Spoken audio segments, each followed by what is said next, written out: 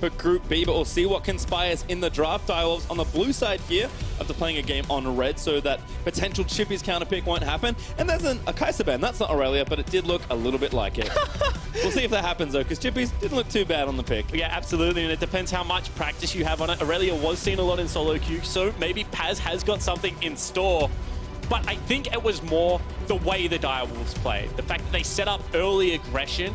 You know, they went from something like a Skarner to a Graves in the jungle and were able to relieve pressure. And I think that enforced their game plan, as opposed to necessarily, you know, the fact that Chippys was on a different champion. Yep, and I like the Graves ban there as well from Pentagram, kind of seeing that from the last game. Gangplank, Karma, and Braum, also the 3 bans completed in Phase 1 for Direwolves. But in saying that, there are champions that do farm the jungle just as quickly. You can have a look at something like an Olaf to be able to zip around. So I don't necessarily think this shuts everything down. No, not at all, as Rakan will be the first pick here for the Direwolves. We certainly wanted to see Cupcake on another playmaking support. This does fit the bill, and it's been kind of the pick of the tournament so far. Yeah, absolutely. I know that Rusty is sitting backstage saying, told you so, Spawn, because I came in and I said, whilst Rakan is good, I don't think he's broken. I don't think he's the best support. However, with Morgana banned, I think that it does lend weight to a first pick. And that is something that the Direwolves will be able to pick up. We already saw Cupcake on Alistar, who's kind of like, you know, bad Rakan to a certain extent. So let's see what he's like on good Alistar. Xayah picked by Pentagram, as they do have one more to take here. Yutori's looked good on the kind of more aggressive carries, and I like this from Once. Played a lot in his final. Gonna go back to Olaf here. Absolutely. This is a great pickup for Once, because the way Shern got ahead in that last game was just through tempo. And a jungler that keeps tempo incredibly high is going to be Olaf. I mean, we saw him play the Kha'Zix in game number 1 against Kaboom. Did not go well. Went for an Q evolve as opposed to an R evolve. It was just a little bit all over the place. So I'm looking for him to bounce back, because I agree with a lot of people out there that Once is kind of the catalyst for Pentagram. He needs to help out YutoriMoyasi as well as Gaeng down in that bottom lane. And if he's able to do that, I think that we could see a different game. Well, there is the Trundle, and there's the Varus. We were waiting for King's Varus to make an appearance. Absolutely. Best Varus in the OPL. I mean, 100% win rate on that champion. Only picks it up in very niche situations. Also one of YutoriMoyasi's best champions as well. So I'm interested to see what his response to this... Oh, actually, it's Xayah. Who cares? He'll know the matchup, though, certainly. So looking for that interesting 2v2. We'll see if the support gets picked here as well for Pentagram. There is going to be the Thresh. Yep, locked in there for Gaeng. That's spicy. All of a sudden, we got a skill matchup. I mean, Thresh as well as Xayah, both of them are very dynamic champions. They can go forwards, they can go backwards. When you have a look at a Varus, he's more of that machine gun AD carry. He stands, he delivers. If you get on top of him, he either kills you or you kill him. So very different gameplay coming out of these 2 bottom lanes. Well, first ban in this phase does go to Pentagram. They'll take Fiora away from Chippys. That's one that we don't see too often, but Chippys is happy to play. That's a strange one, because he's only played it twice. And in the OPL, for those that watched it, Fiora was kind of the trap card, because she got ahead, but she didn't do enough throughout the games to really push people to death. So, you know, you slowly bled out, and then things like Caitlyn comps, Azir comps came online, they just went towards Baron. And honestly, they were able to lose a lot of games through that kind of gameplay. I think that Aurelia is a bit different, because she has legitimate assassination potential. So I would like to see that as a ban. But obviously, they want to play a tank in top lane for Paz, because that is the style that Fiora shuts down. Probably expected a Gnar ban as well, which is going to be taken away by Direwolves. Vladimir is the next pick taken away from the solo lanes. Most likely mid, but of course, Chippys, if he wanted to, could play it. It somewhat fits his carry style. Yeah, it certainly does. I think there's something that Paz will look towards as a Scion. Would not be surprised to see another Scion ban get thrown out here.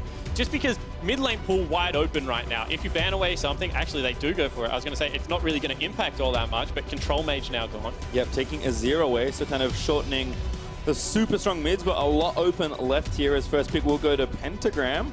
Maybe landing up a Swain here. That's really smart. I mean, when you have a situation where both solo lanes are still open, you don't want to give away a necessary counter pick. So just grab something that's ambiguous, can go into 2 lanes. I don't think right now Direwolves are thinking we'll pick a mid laner that counters Swain as well as a top laner that counters Swain.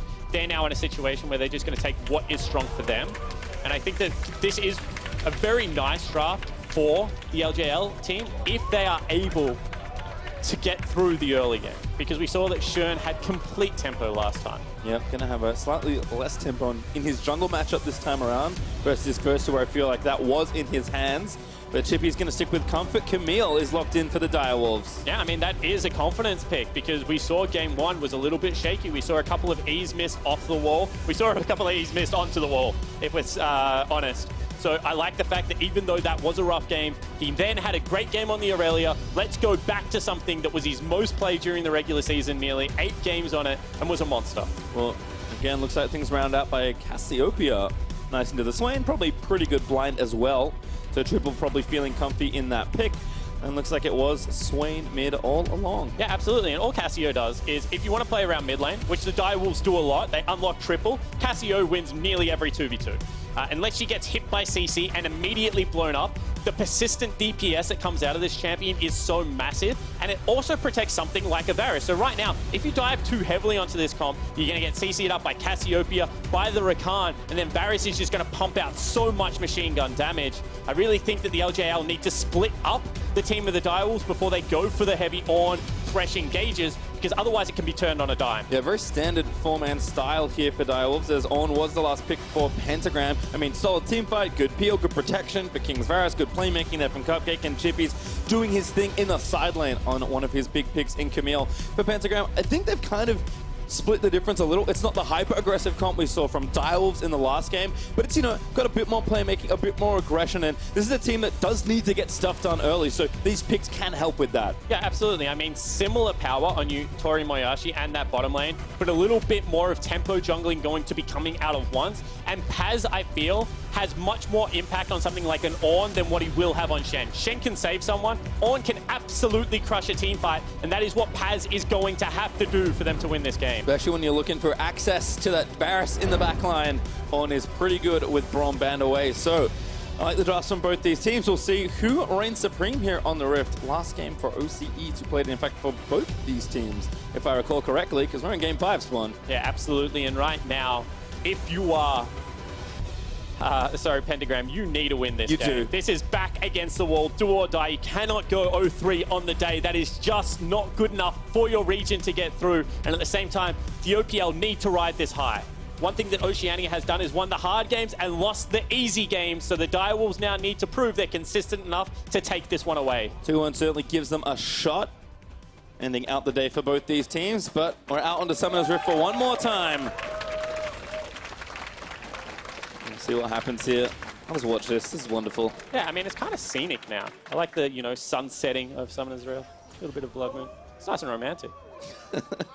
As Pastry takes a casual step backwards, and we're onto the Rift in mid lane, looking at Ramune and Triple facing off early on. And I wonder when we see a team say, you know, stuff this, we're not going to the fan out anymore. We got ourselves an Olaf, we're going to 5-man, sit in a brush, look to maybe wrap around top lane and take out a top lane or something like that, because teams are being very respectful level 1. We've seen a couple of cheeky invades into, you know, wrap around ganks on bottom lane, but I feel like that is the extent of it.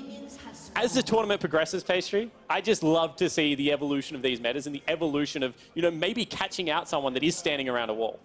I think so as well, and I think we have to again highlight, once he's on the big tempo pick for the early game, and we said that in the finals, yes, the style was very slow for Pentagram, but once his Olaf pretty much was the guy getting stuff done in the first 10 to 15 minutes, so expecting that from him here. Shern is kind of put back on the jungler with lower tempo in this situation, but will scale nicely, especially if Varus gets going, so definitely curious to see how it shakes out as Paz is pulling the wave. Yeah, absolutely. Want to get that one frozen up, especially against a Camille. Ornn scales, sorry, not scales, duels very well against Camille at the start of the game. It is going to be Conqueror Camille, actually, up there in the bottom. That's true. We're wondering when that Keystone would pop its head out. Chippy's deciding in this matchup, most likely, that that's the one he wants. Yeah, absolutely. A little bit of true damage against someone that will probably rush Frozen Heart. It's not going to be a bad thing, Pastry, if you don't mind.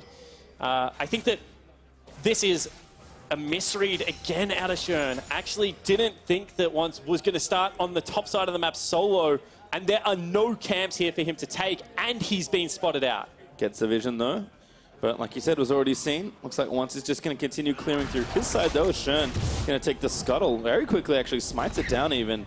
Wanted to get to the other side of the jungle. And this is what I was going to say. Actually, Trundle, as long as he doesn't go for Raptors, is a very quick jungler at the start of the game. Machete plus auto attack, reset, and bite really means that he flies through the jungle. However, on the AoE camps, he does do them slower. So I wonder if this is one of the games that we may see Tiamat come out. We see it a lot in the LPL. just to up the tempo and be able to farm at a similar pace as one, or whether you just continue to go towards Zeke's and try and get an earlier spike for your AD carry. Well, I know you've been wanting for the team out. We had a Trinity Force already on Trundle. That was not sure we'll go that deep. Interested from Ascension showing that one off. There's a great hook from Gaeng. He's going to move Cupcake back in. He gets ignited. Has to dash away, because that would have been his life as Triple gets pulled back as well. And that's also one summoner spell for one summoner spell. The heal was actually expended out of King there. One thing that we were critical of King was the fact that he held summoner spells for a very long time at the international tournaments last year. This time around, burning it nice and early, making sure that Cupcake doesn't fall down, because that was a huge wave stacking up into his turret. Once, though, abusing some of that tempo, gets the vision down, gets the plant as well to get some extra vision. As we know, Shern is on the Krogs right now, as Chippy's actually doing decently in this lane, up bit of about a wave on CS so far, as one's going to Zerg down the Drake. Yeah, actually he's going to try it, but this is one of the dragons that does so much damage early game. Ocean Drake is an absolute monster. You can see Shern just needs a little bit more with his ally, the Ocean Drake. Oceanic Drake, not going to be enough, but Shern also knows that he doesn't want to try and solo it. Yeah, absolutely not. I mean, if you can pull over someone else to take a couple of shots, get you nice and low, you can do it very quickly as an Olaf. But I think that was optimistic at best coming out of once. However, still looking to have an impact early is a good thing. Too much tempo there for once, as he will recall and shop up. Predator online, as he does by his boots for completing the first section of his jungle item. Absolutely, and we see where the map is standing right now. All the waves are pretty neutral, except for top lane. Chippys is pushing in, getting chipped down with that low sweep, but everywhere else, you can tell they want to fight because they're leaving waves in the middle of the Summoner's Rift, which means that at any stage, someone like this Thresh can go aggressive. Oh, a great hook there. Diverts away. Cupcake looks for the knockup. Doesn't quite land it. Yutori takes a step back. King getting low. The heal burn. They're going to move forward. And first blood goes over. The Thresh will collect it. Yeah, absolutely. And we said that he held his summoner spells a lot. That flash, I don't think, would save him. So I think it was a right call. Meanwhile, Chippys goes in top. Yeah, looking for Paz here. Damage going down. On shield back up. Chippy is a little low on mana, but does get a nice bit of damage. And this is something we must see if Pentagram is going to have some success. YutoriMoyasi as well as Gaeng in that bottom lane need to be able to dominate because they are the catalyst for the teams. And this is just, I mean, it's a little bit sloppy other die. We'll have to call it like you see. It walks into the hook, and without heal, and the fact that he gets CC'd up instantly out of the Xayah means he will fall down. You either flash the hook, or you have to juke better than that. Good play there from Gaeng on the Thresh. Again, playmaking support's kind of rising up here as King returns with only 2 daggers versus a BF sword. That is a deficit. Yeah, that's a thrift shop right there if I've ever seen one. You know, just a little bit of everything.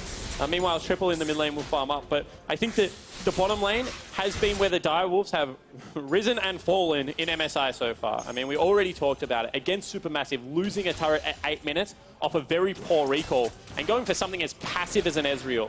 Meanwhile, the game we just saw against Kaboom, able to completely turn that around. This time, once again, looking very rough for the Direwolves lineup. Good extension on the play, though, here by Pentagram, as once will come down. Flash is available for the fresh player as well. Flash play would be a kill here. Yep, looking for someone. Gets the hook again! Cupcake thinks he's not the target, but he absolutely is. He tries to dash away. He'll zip towards King and will escape with his life. I mean, with his life, but he's so low now, and the wave, once again, is just going to crash into this turret. They are so lucky that there is no priority out of Ramune, because otherwise, this would be a 4-man rotation towards the bottom side of the map with a teleport, and Paz is nearly going to be level 6. You know what? It still might be that.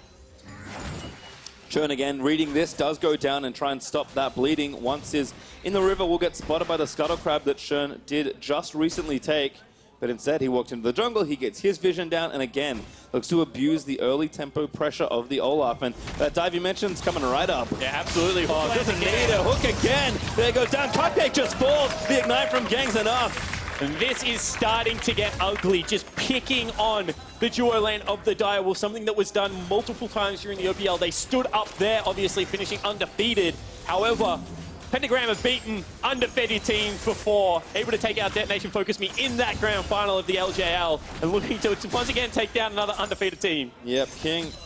Oh, such a big wave here to pressure him. Triple's actually going topside. They've abandoned the bot lane for now. As Triple thinks a little bit better of his roam. I mean, when you're having a look at the fact that 80 carry's got a couple of daggers versus a BF sword, do you want to go out, down and gank that? One more time, this is just a lack of a juke.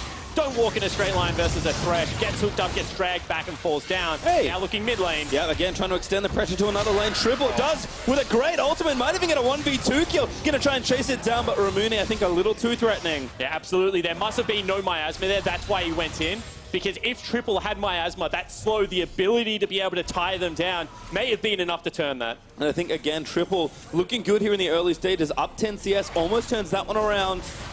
And continuing to farm up, find pressure, and even think about roams there in the top lane. He's certainly doing his job in the lane. Chippys as well. The farmer's even, but he's been playing up against his turret for pretty much the whole lane. Yeah, absolutely. I have to stress that the Direwolves game plan is a pressure game plan. They need to feel like they're starving you out of resources to get any form of success. Meanwhile, we keep harping on this, but the LJL, they're happy for a game to go forever.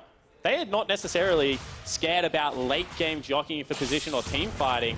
I really think that this is a stylistic mismatch, and right now the game looks like it's suiting the LJL lineup. Well, it looks like a swap incoming here for Direwolves, deciding that, you know what, we really don't like that bot lane after the 2 kills. The Cupcake will sneak into the brush, but he doesn't have ulti. Chippys, though, gonna wrap up Paz. Paz with a flash, but trapped in the ultimatum. Cupcake tries to make the play, but the ultimatum wears off on Paz, burns his flash. Yeah, absolutely. However, Triple is up here. They're still looking to continue. He ults away, but there's a good route. The Varus gonna come out. Chippys is gonna try and take down the kill, and he grabs it under the turret. Now Shern is gonna find once, but Gaeng is here. Shernfire doing a lot of damage with the ultimate, but he might get the 1v2 kill. Flashes around but once, finds the other flash. Shern, though, gets the kill, burnt down with the red buff and the ulti. Absolutely, red buff, ulti plus red smite means so much damage continues. Flash was useful once, but he still falls down. And this swap means that they grab themselves 2 kills, even out that gold, and maybe they will get turret as well. If they get it first, that's a huge win for the Direwolves, who are looking to turn around some of the pitfalls of the early game. Pentagram will be the recipients of that first turret. In fact, Direwolves can't even get the trade as Paz's TP after respawn prevents it. Yeah, absolutely. The fact that they walked down the lane didn't really go towards it. In fact, Chippy spends his TP to grab himself a little bit of CS. That's a bit strange, but still looking to continue that tempo. But now YutoriMoyasi with those 2 assists, with himself a 20 CS advantage, and solo first turret gold will be a monster. Yeah, and they're going to take down the Drake as well in the swap. Direwolves, a really nice move to try and get things going, but Pentagram read the situation well. They react accordingly, take down the turret, and they'll grab the Drake as a bonus. Yeah, absolutely. And we've already seen the value of Ocean Drake. I mean, I think we saw a team pick up 3 of them on day 1. So we actually take another look at this play. This is Chippys going very aggressive, looking to chunk out Paz so he can't defend the turret. Flash out a Cupcake, trade summoner spells. When you've got a number advantage, trading summoner spells is always a good thing. And you can see that Paz just can't go anywhere. Does get chunked down. They get a TP out of it as well. And then this out of Shern is just aggressive play. I mean, the ability to stand and deliver, leeching away all those stats as Trundle. You can see the flash there was for naught. That's just Shern knowing how far he can push this champion. Yeah, again, despite kind of the mismatch in tempo and Olaf having the advantage, Shernfire, ever the aggressor, knows what to do and does come away with a kill and preserves himself as he's trying to take a late Rift Herald here. Kind of an extension of all that we just saw in the replay, but dual lane here for Pentagram could stop it. Yeah, absolutely. Good ward is going to see it at least. I think the one thing that they would be hesitant for is, even though they have a ward there, they have no approaching vision. So they can't go into fog of war because Cupcake has ultimate, King has ultimate, and ultimate out of either of those champions plus Pillar would be enough lockdown CC right now that they would just be able to push forward and pick up a kill. Vision control is so important in the LJL, and you can see they're not willing to take risks if they do not have it. Yeah, we'll see if they can continue extending some of their lead. They're up almost 1,000 gold. Again, bot lane holding the lion's share of that advantage as they try and hang out in the brush. It would all have to be right now on YutoriMoyasi. He is so far ahead. Everywhere else on the map would actually probably be behind. 1250 gold ahead. So pretty much the lead there for YutoriMoyasi represented for Pentagram. Again, Direwolves look to collapse here in the top lane. Shernfire back to business here. Takes down the control ward. And I think this is very smart play out of Shern. If you just let the map reset for a second, you can see mid lane, big advantage for Triple. He's pushing in continuously. As we see, bottom lane right now, Chippys is starting to push into Paz with that Tiamat. Really, the only area they can fall down right now is going to be in that duo lane up top. So I think the fact that Shern is just hovering there, there's no cans for him to take anyway, is very smart. Good counter gank as well, but a good hook once more. Gets the time, going to try and turn around into the Xayah. Shernfire doing so much damage in the front line as Gaeng gets low. Shernfire will get it as the arrow from King almost lands the snipe. Absolutely, and as I said, that's the only place to make a play. They go for it. Now triple. No, he still lands. It actually misses. He wanted to throw in a bit of extra damage, but the ult is going to be burnt by Ramune. Jukes out the next Noxious Blast as Camille is roaming up as well, but the Dial's pressure is really mounting here. And that's what I said. Push up lanes, get pressure. All of a sudden, the LJL are like, we need to make a play somewhere. Let's go top. Shern reads them like a book, is already there in advance. And this is all you get from having pushing lanes. Look at mid lane. They're like, we have to make a play somewhere. Bottom lane getting shoved in, so they go for it. It's a 3v3. Very nice play coming out of Cupcake there. Instant cleanse into his ultimate onto the only source of damage means they secure that kill. Yep, managed to take down the Thresh in the 3v3. Chippys, Tiamat Sheen looking for that Trinity Force money versus Paz, who of course is shopping pretty much whenever he pleases. Frozen Heart already done. We'll see just how much Chippys can get in the 1v1, especially with Conqueror added to the mix. And I want to see what he goes towards, because Conqueror is such an interesting mastery choice that potentially, if he goes Ravenous Hydra, he wins this 1v1. But what we've seen historically a lot is that Camille, whilst being a good split pusher, is probably the best split pushing team fighting top laner as well. If you go for something like Asterix, as well as that Titanic Hydra, just so much HP, you can assassinate an AD carry. I think potentially the fact that YutoriMoyasi is the Xayah pushes him towards split pushing, but it's still an interesting choice to make. Yep, very similar to reworked Aurelia, actually, who of course Chippys played in the last game, so it makes sense. He is a big carry player, can be a side laner, but Direwolves, at the end of the day, the pack always does it. They'll play together to seal these wins, as the gold are very even as we crest the 14-minute mark. And once again, making sure they have that pressure with Chippys pushing in. They walk down the river with that sweeper available. They're clearing out all the vision. They're saying that we are pushing it in 2 spots. If you want to win this game, you're going to have to come fight us eventually. Ramune, again, good damage, but triple. Yep, getting the trade back, but one's going to try and cut him off with the Predator. Now Shern could potentially be caught. Going to turn it back around again. That ultimate just erases all of Olaf's protection. Yeah, absolutely. You see, immediately the smite and the ultimate just comes out every single time. And this time they're going to use it to drop Herald and try and get the mid lane turret. The juicy double root there by Ramune. So it looks like, again, lining it up. Not quite enough as Paz roaming, looking for an on ulti. This is going to be a 5v5 pace. Big commit, the ult goes out, but they do let the Olaf live, who burns the Ragnarok. A good hook, landing onto Chippys, but he's just going to burn the ult to try and get out alive. The turret falls down, but Triple barely misses the knock-up, as it is Chippys that does get knocked away. He will not fall, he tumbles over the wall as Cupcake wraps everybody up. Yutori does finally get the kill onto Chippys.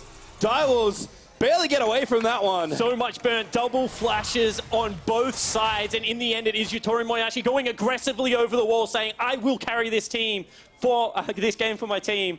I think that is one of the situations where Direwolves, they had the right read, but they slightly misexecuted the play. That chunk you talked about really slowed down their ability to pressure that turret, and you saw how much Shern had to tank for Chippys to be able to get out. And you can see King now knows he has to pull off.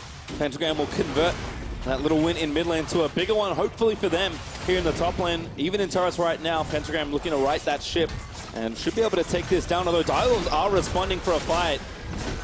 See whether they go for it. You can see Shern looking for Ramune. Lantern is nice from Gaeng as he will get away. The turret falls over Yutori once again, demolishing turrets here. And I think this is a big thing. Even though it's 2 pressure lanes to 1 right now when you have a look at it, farm's still relatively even. And YutoriMoyasi, as well as Gaeng, has been able to just take down multiple structures. This is what I'm talking about here. When they move forward, this actually very nice rip comes in, and they're just going so low from turret damage that they can't continue the fight. Shern is tanking up the turret still. That's a full health Trundle, down to nothing. On the back end of this team fight, you're going to see YutoriMoyasi make the right play, flashes over, looks for the style points and the kill. If flash wasn't used from Shern, that was a potential double, and he was always safe to do it. Really nice stuff as the Direwolves will finally get a Drake on the board for themselves. Mountain versus Ocean as they claim the 2nd in this game. Let's see again, all that damage being done. Yutori kind of got the right damage done on the end. Ramune doing a lot of work for the consistent DPS of the Swain. More importantly, Direwolves weren't really looking to fight after that. Yeah, absolutely. And one thing I do want to point out is if right now this game continues on the trend that it looks like it will, and that is Pentagram picking up the victory, the real winner of today is Supermassive. They are potentially going to go 3-0 on a group, and then they will look down on everyone else that has gone 1-2. And that is a situation that, for the rest of the group, is pretty dire. that means that big favorites to go through will be Supermassive. Yep, we've heard it before. If you're not first, you're last is very literal in the play-in stages, at least in this one, as these 8 teams are vying to play in some of those qualifying BO5s. So as we kind of wrap up this group for the first day of its play, certainly seeing a lot develop here. Right. And you're looking, if that happens, you're looking for a team to have to go 3-0 on the second day, because you cannot bank right now on a Supermassive liner going 0-3. Just does not look like it's happening. So really, this game right now for Direwolves, or the next game for Kaboom, are must-wins if they want to stay competitive in this group. Certainly can get fun as we move towards the end, but a little far away from that. We'll talk about tiebreakers some other time, not the time here in this game. As Shern again getting aggressive on the once. Nice pillar. Use the ulti. They're going to commit, but the Lantern, see you later. Absolutely. You see Cupcake wanted to try and get the interrupt again, but he's just been a little bit slow on that trigger figure. Shern using the kit of Trundle very well, making him walk long ways around terrain, making sure that he's always in the slow. This is one of the reasons Trundle's so popular against the likes of Skarner, against the likes of Olaf. But really, this Thresh pick has kind of been genius, because not only has it set up aggression, it has made sure that they can stifle the aggression of the Direwolves at the same time. Direwolves, though, 3 right now on the top side, looking to finish off the turret that they almost grabbed in one of the earlier rotations, but once in Ramune, more than enough to defend. Not only that, Paz sitting in Fog of War. They don't know if there's vision behind them, so straight away you have to think, is an Ornn going to TP? At this stage of the game, so much more effective with that big Ornn horn. And everyone else is just sitting in Fog of War. That's a little thing, but this is something that, you know, macro play, something that, you know, teams like Pentagram actually pride themselves on, being able to play the map and stifle aggression through just not showing. And again, Direwolves kind of running out of space. It's kind of a weird one. You don't normally see 2 turrets to 1 in this exact fashion. Direwolves have claimed the most important location in mid, but with the 2 side lanes being this long, play is just going to develop very slowly as the team push their lanes back around and try and kind of get things done. And like you mentioned earlier, that's good news for Pentagram. They are happy and often play this way. Yeah, absolutely, and they've got a really tanky lineup. I mean, ultimately, you're going to have to try and burn through what is going to be a frontline Swain going into ultimate form, and Ornn and Olaf. These are all very tanky champions, and then deal with YutoriMoyasi, who's going to be untargetable and very mobile around these team fights. And I just want to point out, it's so hard to play aggressively into a team that does not want to play that way. You have to force so incredibly hard. We're talking Chippys has to be flash engaging. I mean, the Rakan ultimates need to be on point, and they probably need to be under turrets at this stage of the game, because they're just catching waves. And, you know, this is why a team can make a game devolve into such slow pace, is because at this stage, there is no one tanky enough to get under these turrets. So Direwolves, really, I mean, they can try and set up Baron, and we've seen that that's been unsuccessful due to lack of vision for nearly the entirety of the play-ins. Or they just have to wait for Pentagram to come out of their base and fight them. Baron is so hard when the side lanes are this short as well. I mean, Triple is farming up well. He's trying to get some pressure happening, but now both jungles will rejoin the top half of the map as Direwolves can see the potential vulnerability here in the top lane turret. Cupcake on a ward as he walks up again, trying to get that pressure going. And Chippys, he has completed his Trinity Force now, so have a bit more leeway in the 1v1. It's Cupcake going to try and make it happen. Reach arm on a Gaeng, not going to land, but a good op from King. Trying to make it happen. Yutori though, roots Shernfire, and the TP's in. I think cancel there by Chippys. Was Ramune instead that tried absolutely. to come down. That was a teleport. That wasn't really a we will fight you teleport. It was just a back off, otherwise I'm going to come in, turn into a giant weird bird thing and do some damage. So right there, that's what I'm talking about. Stifling play, and now Cupcake potentially has to go over the wall. It's a little bit aggressive coming out. And you can see Direwolves want to force. Their team comp is so good at fighting right now, but Pentagram are just not allowing them that luxury. No, doing a really nice job defending with the space they have on the map. And in fact, they'll get a pretty aggressive look here on the left side. Is getting vision down again. Maybe they can threaten the Baron. That is such a cool teleport ward. Because how often, as a jungler, are you like, hey, I'm just going to sweep my Raptor pit, Wolf pit. You don't do it very often, you don't see it. So what they're saying right now is if they make that play again, we can teleport in with Paz, who is tanky enough to turret dive, and look to take over this game. One of the few tops also with a long range enough initiation to make a long teleport worth it. So I like what Pentagram is showing. Also defending mid-outer. Again, knowing that it's a very important spot to not give away, especially given they're still behind on the turret race. And King, he's been playing catch-up The difference between YutoriMoyasi and King is massive, and despite Triple's good lane and continued pressure, the difference is much closer between the two mid laners. Yeah, absolutely, and I think that the big deal here is the fact that they have gone away from the 1-3-1. You can see that when they're grouped up, when they have Ramune as well as YutoriMoyasi on the same screen, they just look so much more confident to press forward and try and take down structures. One thing I will say is that if Triple gets, you know, one more item, and if King gets his second item in that Zeal, the Direwolves Baron take, especially if they get this second dragon, will become so potent. Yep. So Pentagram need to make sure that they don't do what they did in game 1, and that's leave the pit unwatered for such an extended period of time that, you know, in the end it was like, okay, we're just going to take it, said Kaboom. And I think that that is an area that they must learn from. Mountain on the line now to fight for as 2 shards go over to Ramune from the Vision of Empire. Always want 5 if you can afford it, and a team fight certainly looks like it's brewing. As the blue buff will also get given over.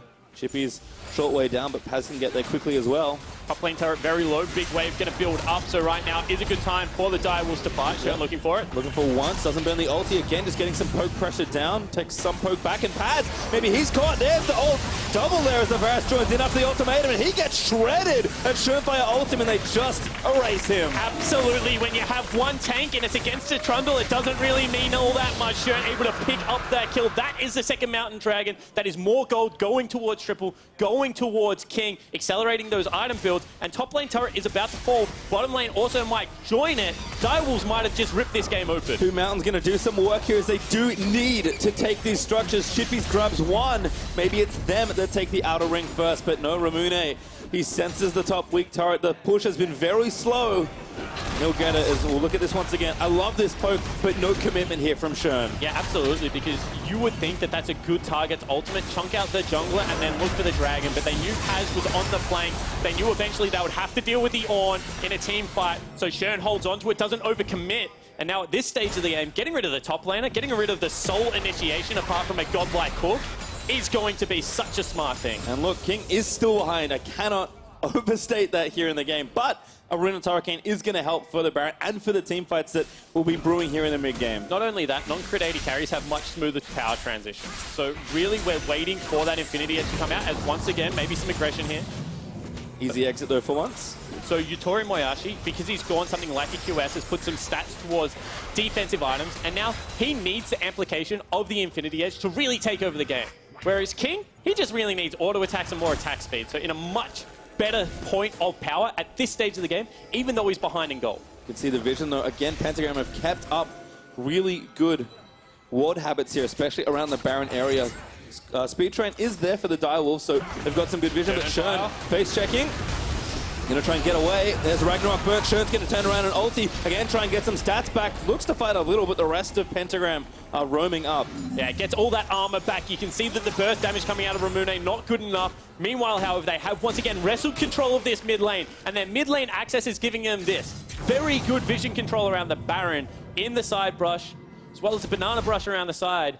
I mean, right now, if they had any leeway, if they could generate a pick somehow, they would be able to start up that Baron so quickly. The problem is they need Paz there for the teamfight to happen. And Chippys is just unrelenting in this split push. He's getting pressured by the Camille very heavily as Chippys continues to build up items. Looking for the second as Sterix, or Titanic, I guess, could be built out of those. I think it's going to be Sterix. Sterix synergizes so well with Trinity Force. I mean, just the rise to the base AD. It's just a beautiful item when you combine them together. And when you have a look at something like an Ornn who's going to build so heavily into resistances, the Trinity Force on the second Q for Camille is so important due to the true damage. So I just think it's a superior item, has been able to pick it up. And once again, gives him this survivability. This is now a Camille that can dive your backline and get work done.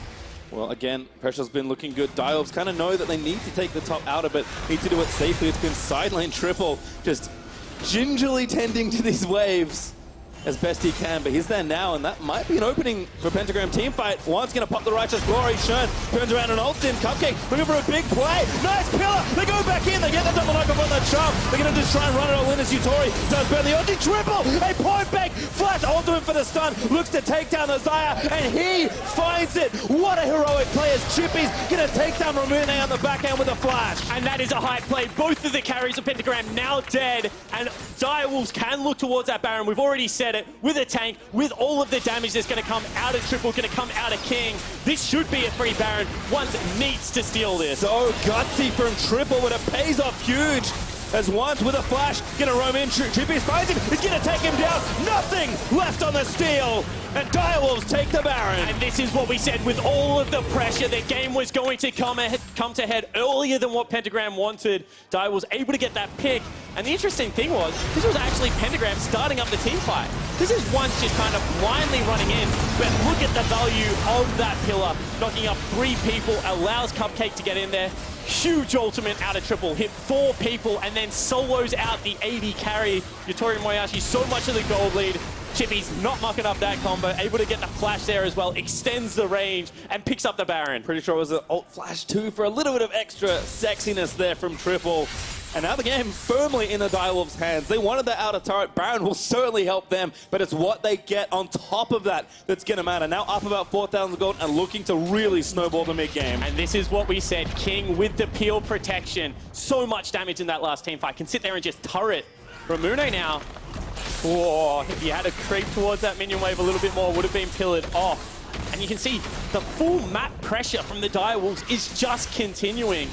This team, when they play well, plays all around full map press and not going over-aggressive in any lane, waiting for their creep waves to catch up, and you can say that's exactly what they're doing today. Rank 16 for the solos, sorry, level 16, rank 3 ults for the solos as well.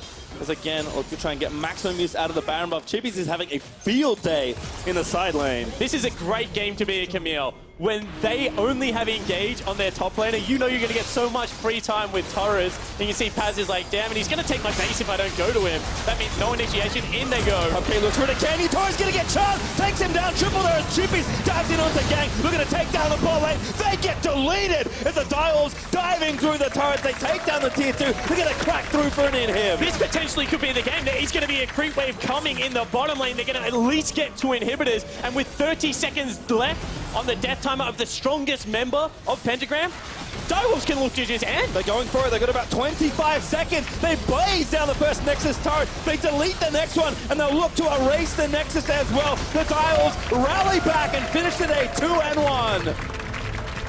And you would have to say PastryTime, that is mission successful for the Direwolves. They came out, first game of the day. It was disappointing. Supermassive did get the upper hand, but they went back, they reset that mentality, and 2 very clean tempo games coming out of the Direwolves means that they will now sit, you know, equal top potentially if an upset happens in the last game of the day. Yep, they can kind of kick their feet back at least for this game and kind of watch what unfolds in our next matchup between Kaboom and Supermassive. But a good way to end things there, 2-1, sitting pretty to at least contest for that first place spot and continue their run through the tournament. Have to be proud of what they've shown over a very up and down day. Absolutely. I think the fact that they've come out with a very similar competition to composition to game number 1 and just tweaked it, then re-executed, just shows the growth of this team. And that's what they said they're here to do. They're here to show that growth, to put Oceania, Australia and New Zealand on the map for League of Legends. And I think there's a couple of statement games in there. On the flip side of the coin, you do have to take a look at Pentagram right now, because Once isn't having the impact he needs. That was the first game we really saw YutoriMoyasi as well as Gaeng get off the ground, but they weren't able to translate it, and the solo lanes look like they're falling down time and time again. If they're somehow going to have a miracle run and force like a 4-way tie or something ridiculous in this group, I just don't know what the catalyst for that is going to be. Yeah, on-3 for them is not where you want to be in a group where you must finish first or your tournament ends. So certainly rough stuff there. I think all the teams across the board are going to showing a lot, but again, need to show some growth as their day ends 0-3. We are going to take a relook, though, at one of the plays I certainly celebrated. The ASAP Predator replay is Triple's wonderful, wonderful flash. And this is what you love to see out of a player that's had a good early game. He's rotating from top lane. We said he was split pushing a lot of this game. Huge pillar, and Triple is just waiting for his time, sees the play that he's going to make, flash ultimate over the wall, nails everyone, and then solos out the only man that could carry this game in YutoriMoyasi. I mean, you have to take a bow after a play like that. That was very, very good. I feel, as the same way Deficio feels about Pulsar, I feel about that ultimate. I love sexy mid lane play. That was awesome from Triple. So more of that from him certainly as the team, again, finally kind of getting their feet together. And you have to remember, this is a guy that's coming in replacing Fantix. This is his first international tournament. Before this, he was on a 5th place team in Avant Gaming. He had huge shoes to fill. Fantix in Oceania had been the best mid lane for, 3-4 years, up there with Swiffer. And I think that being able to come into games like this, have big plays, to see Cupcake come into games like this, have huge plays on the Rakan, on the Alistar, the young guns of Oceania are really starting to step up and take over. Well, to hear more about that win, let's send it over to Medic and the victorious mid laner. Thank you very much. I am joined by Triple. Congratulations, incredible play. I especially like the Cassiopeia Flash Ultimate. Really turned around the game for your team. I want to start off by talking to you a little bit about you as a player and your role on Direwolves. You're very new to the team. Did you feel a lot of pressure coming into an international tournament with Direwolves?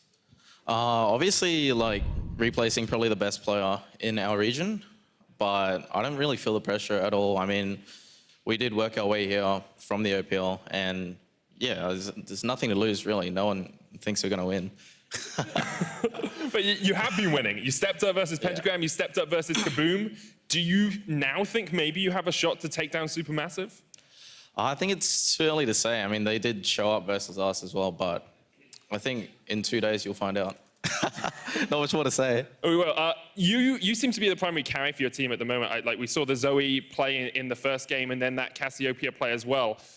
Is there a specific way that you guys play around mid lane and around Shernfire, or is it just adapting in the moment?